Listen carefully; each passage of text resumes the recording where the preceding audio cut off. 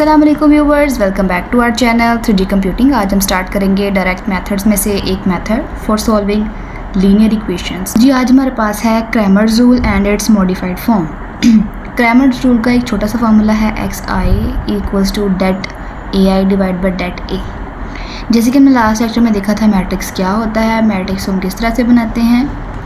तो यहाँ पर मैट्रिक्स ए की बात हो रही है। किसी भी एंटिटी, किसी भी मैट्रिक्स का अगर हमने एक्स वाला मैट्रिक्स फाइंड करना हो, यानी एक्स के अंदर वेरिएबल आते हैं, एक्स मैट्रिक्स में एक्स वाई जी उन वेरिएबल्स की वैल्यू फाइंड करनी हो, उसके लिए क्रैमर रूल हमें फार्मूला देता है determinant of A I divide by determinant of A matrix.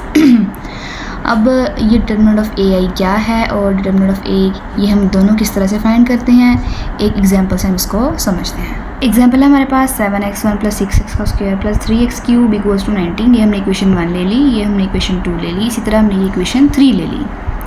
आप देख सकते हैं कि यहाँ पर हमने लीनियर इक्वेशंस ली हैं। अब हम मैट्रिक्स बनाते हैं, हमें पता है हमें क्या करना है, कोएफिशिएंट्स लेने हैं इन वेरिएबल्स के, उनको हमें लिखना है ए मैट्रिक्स के अंदर। यानी ए मैट्रिक्स में जितने भी नंबर्स आएंगे वो सब के सब कोएफिशिएंट्स होंगे x1 के, x2 के और x3 के। जहाँ पे कुछ भी ना लिखा हो हमने वहाँ पर क्या लिखना है 1। यहाँ माइनस था तो -1 आ गया, बाकी हमने same to same as it is यहाँ पर लिख लिए हैं। और x मैट्रिक्स में क्या आता है, जितने भी वेरिएबल्स या अननोन्स जो हमने यहाँ पर यूज़ किए होते हैं वो x1, x2 और x3। इस तरह बी मैट्रिक्स में क्या आता है, राइट हैंड साइड पर लिखे हुए नंबर्स या कॉन्स्टेंट जो होते हैं वो आ जाते हैं बी मैट्रिक्स में। अब डिटर्मिनेंट ऑफ ए या मोड ऑफ ए या डेट ए कह लें, किस तरह से फाइंड करना है, हमने ये लाइंस लगा देनी है बिल्कुल ऐसे साइडों पर, वर्टिकल लाइंस लगा देनी है 2 और मैट्रिक्स के अंदर लगा दी। मीन्स कि हम इस मैट्रिक्स का क्या लेने लगे हैं, डिटर्मिनेंट लेने लगे हैं या मोड लेने लगे हैं। अब मोड लेने अगर हमने 2/2 ऑर्डर का लेना हो तो वो हम सिंपली इस तरह से ले लेंगे। अगर हमने 3/3 ऑर्डर का लेना हो, जैसे यहाँ पे 3/3 मीन्स कि 3 रोज बाय 3 कॉलम्स, तो 3/3 का लेना हो तो वो हम इस तरीके से लेंगे। यहाँ पर मैंने इस तरह से लेना है। पहली वाली जो एंटिटी थी इस मैट्रिक्स की वो थी 7 को लिख लिया यहाँ पर, इसकी वाली रो भी छोड़ दी, कॉलम भी छोड़ दिया, रो भी छोड़ दी, कॉलम भी छोड़ दिया।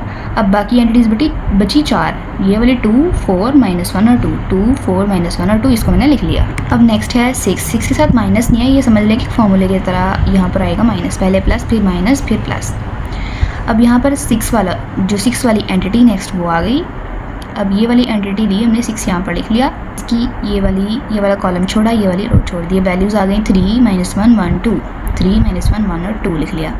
उसके बाद हमने ये वाले 3 एंटिटी की बारी आ गई, इसको हमने ख़त्म किया, इसकी वाली रो भी ख़त्म कर दिया, कॉलम को भी ख़त्म कर दिया। अब आ गया 3, 2, 1, 4, तो यहाँ हमने लिख लिया 3, 2, 1, 4। नेक्स्ट अब हमने क्या करना है, 7 मल्टीप्लिकेशन में आके बाहर इस 2 को 2 से मल्टीप्लाई करेंगे तो क्या आएगा 2 2 4, और यहाँ पर 4 -1 से मल्टीप्लाई होगा तो क्या आएगा -4। लेकिन एक चीज़ यहाँ पर नोट करिएगा, 2 2 आएगा 4, माइनस आएगा समझ लें फॉर्मूले का, या इसके फॉर्मूले का ही हम कह लें क्या आएगा, और 4 -1 ये आएगा -4, तो माइनस माइनस क्या आ जाएगा प्लस, तो फिर मैंने यहाँ पर क्या लिखा है प्लस।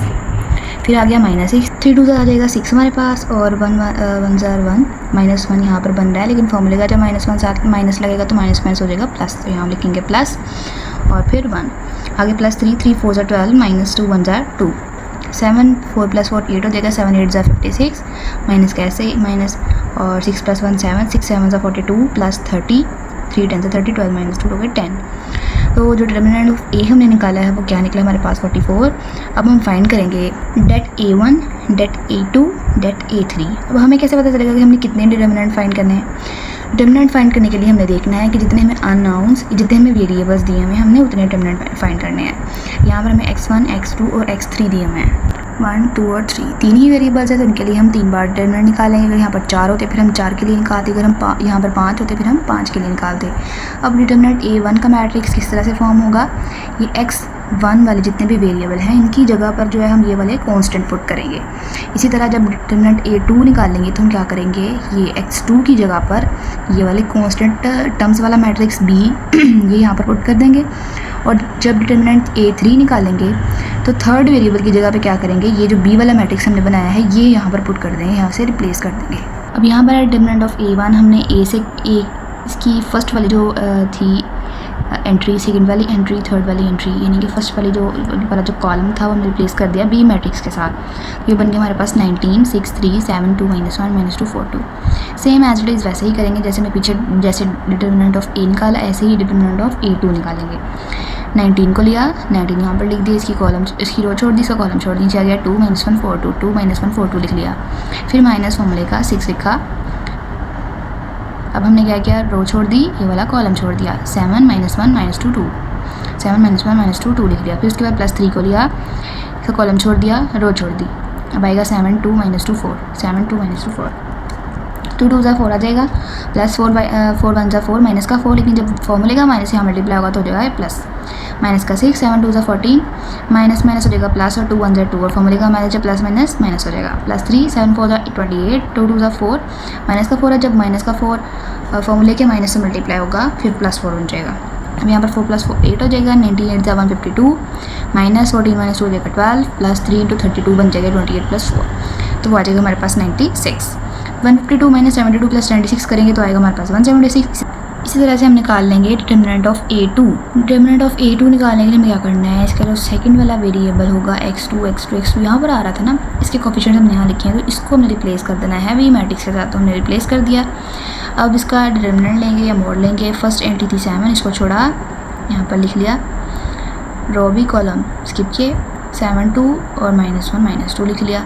उसके बाद 19 को लिया, माइनस लगाया, रो भी छोड़ दी, कॉलम भी छोड़ दिया, 3 -1 1 2 3 -1 1 2, उसके बाद +3 लिखा, 3 वाली पूरी एंटिटी ली, और इसकी रो भी छोड़ दी, कॉलम भी, 3 7 1 -2 3 7 1 -2 आ गया। 14 7 2 आ जाएगा 14, 2 1 ज़ा 2 माइनस माइनस प्लस, लेकिन जब फॉर्मूले के माइनस से मल्टीप्लाई होगा तो क्या हो जाएगा -2, 14 - 2 हो जाएगा 12, एंड देन ये 7 से मल्टीप्लाई होगा फिर आ जाएगा 84। आगे -19 को ऐसे लिखा, 3 2 ज़ा 6 माइनस माइनस प्लस हो जाएगा, और 1 1 ज़ा 1 6 + 1 7 आ जाएगा, फॉर्मूले का -1 और ये वाला -1, +3 3 2 ज़ा -6 7 1 ज़ा 7, और फॉर्मूले का -7 माइनस माइनस प्लस, लेकिन साथ जो सिंबल माइनस का ही आएगा, और 7 और 6 हो जाता है 13, वो लिख लिया हमने। यहाँ पर 19 7 को मल्टीप्लाई करेंगे तो आ जाएगा -133, प्लस माइनस -3 को 13 से मल्टीप्लाई करेंगे तो -39 आ जाएगा, तीनों को सम अप करेंगे तो क्या आएगा -88। इस तरह जब हम निकाल लेंगे डिटर्मिनेंट A3। डिटर्मिनेंट A3 निकालने के लिए हम क्या करेंगे, थर्ड वाला जो कॉलम है, x3 वाले जो वेरिएबल है उसकी जगह पे हम b वाला मैट्रिक्स या b वाली जो एंटिटीज़ हैं वो एंट्रीज़ हैं वो हम यहाँ पे पुट कर देंगे।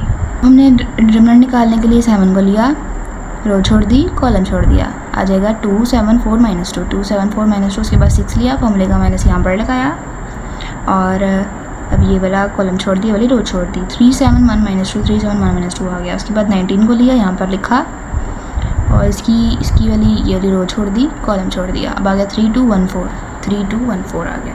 2 2 ज़ा -4 4 7 ज़ा 28 फॉर्मूले का माइनस, -6 3 2 ज़ा -6 7 1 ज़ा 7 फॉर्मूले का माइनस, प्लस 19 3 4 ज़ा 12 माइनस फॉर्मूले का 2 1 ज़ा 2। ये हो गया माइनस माइनस प्लस, माइनस का 32, ये हो जाएगा माइनस माइनस प्लस, माइनस का 13, ये हो जाएगा प्लस माइनस माइनस प्लस का 10। अब प्लस माइनस हो जाएगा माइनस, ये बन जाएगा 224 plus minus minus minus plus हो जाएगा, ये प्लस का 78, और ये तो पहले की प्लस का है, पहले से प्लस का है, और ये हो जाएगा 190। इन सबको ऐड करेंगे और सब्ट्रैक्ट करेंगे तो आएगा 44। अब हम निकालेंगे जो हमें एक्चुअल में चाहिए। अब हमने सबसे पहले निकालनी है x1 की वैल्यू, फिर x2 की, फिर x3 की। किस तरह से निकलेगी, डिटर्मिनेंट A1 का जो आंसर आया था उसको ऊपर लिखेंगे और नीचे डिटर्मिनेंट ऑफ A का लिखेंगे। यहाँ पर हमने x1 की वैल्यू को रिप्लेस, x1 की कोफिशिएंट्स को रिप्लेस किया था, तो यहाँ पर हमारे पास आंसर आएगा x1 का। तो डिटर्मिनेंट ऑफ A1 जो था वो था 76 और डिटर्मिनेंट ऑफ A था 44, वो हमने लिख लिया, कटिंग की तो आंसर आया 4। प्लस हमने x2 के लिए निकालेंगे तो determinant A2 divide by determinant A। A2 में हम x2 के कोफिशिएंट्स को रिप्लेस करते हैं B मैट्रिक्स के साथ, तो यहाँ पे x2 का आंसर आएगा। तो ये जो आंसर था हमारे पास -88 डिवाइड बाय 44, तो आंसर आया -2। उसके बाद हम निकालेंगे x3 के लिए हम डेट A3 लिखा divide by det A equal to 44 divide by 44 equals to 1 आ गया। अब ये जो वैल्यूज़ है इसको हमने लिखना है x1 4, x2 ये -2 था, x3 था 1। चूँकि हम x मैट्रिक्स का आंसर निकाल रहे हैं तो हम इसे मैट्रिक्स फॉर्म में भी लिख सकते हैं। किस तरह से लिखना है, x1 की वैल्यू ऊपर, x2 की नीचे, x3 की उससे नीचे, पहले 4 फिर -2 फिर उसके बाद 1। आई होप आपको यहाँ तक बिल्कुल अच्छे तरीके से समझ आ गया होगा। हमारा लेक्चर यहीं पर एंड हो रहा है। आपका इस लेक्चर के अबाउट कोई भी क्वेश्चन हो तो हमसे कमेंट सेक्शन में पूछ सकते हैं। तब तक के लिए अल्लाह हाफिज़ एंड थैंक्स फॉर वॉचिंग।